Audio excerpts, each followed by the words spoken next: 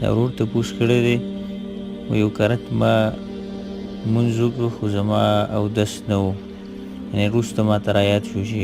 زما اودس نه و ما مونځ کړی نو زه اوس دا مونځ راګرځومه که څه به کومه الجواب بالله المستعان هغه د دې مسلې دا دی چې مونځ به راګرځې او په دې باندې د ټول امت اجماع ده رسول صلی الله علیه وسلم حدیث دی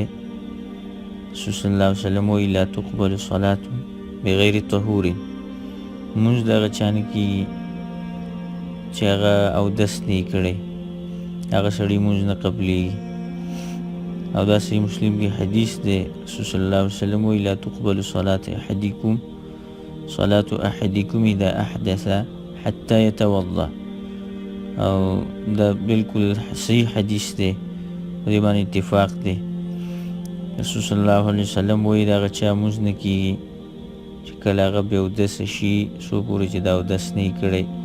نو چې کله تا په داسې حال کې مونځ وکړه چې تا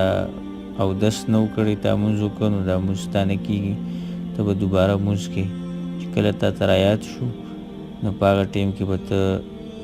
دغه مونځ دوباره کې هذا والله اعلم